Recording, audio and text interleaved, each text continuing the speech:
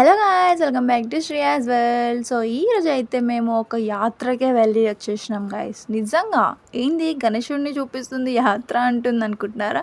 So అట్లుందనమాట వీళ్ళ decoration కానీ వీళ్ళ థీమ్ కానీ. సో చూస్తున్నారు కదా, ఇక్కడైతే 12 జ్యోతిర్లింగాలు ఉన్నాయి గాయస్. నిజంగా మనం రియల్ లైఫ్లో మనం ఆ 12 జ్యోతిర్లింగాలని దర్శనం చేసుకోవాలంటే చాలా టైం పడుతుంది, చాలా బడ్జెట్ పడుతుంది.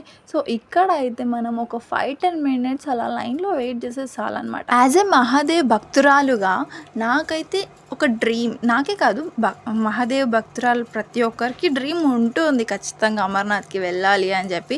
సో నేనైతే రియల్ లైఫ్లో వెళ్ళలేకపోయాను. సో ఇలా అయితే వెళ్ళేసి అయితే వచ్చేసాను అనమాట. సో మస్త్ అంటే మస్త్ అనిపించింది గైస్, క్రేజీ ఉండే అసలు ఫీలింగ్ మాత్రం. ఐస్ మీద అయితే నడుచుకుంటూ వెళ్తూ మనం అక్కడ మహాదేవ్ని అయితే దర్శనం చేసుకోవచ్చు. సో ఇలా మనం కొంచెం సేపు సైడ్కి ఆగి కూడా చూసుకోవచ్చు అనమాట. సో నేను కూడా అట్లనే చేసినాను అనమాట. వాళ్ళు పోపో అంటారు, మనం పోవద్దు అనమాట, అట్లానే నించోవాలి మనం. సో గాయస్ ఇక్కడ మాకు బొట్టు కూడా పెట్టినారనమాట, లైక్ అమర్నాథ్లో ఎలా అయితే పెడతారో ఇక్కడ అలా పెట్టినారనమాట.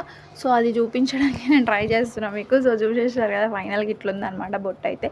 సో ఇదే అనమాట టీమ్ టీఆర్టీ వాళ్ళ గణేశుడు. సో నెక్స్ట్ బ్లాగ్లో మళ్ళీ కలుద్దాం. ఇంకా నేను చాలా గణేశులను చూడడానికి అయితే వెళ్ళాను. సో అవన్నీ మీరు చూడాలనుకుంటే నా ఛానల్ని సబ్స్క్రైబ్ చేసుకోండి. Bye bye.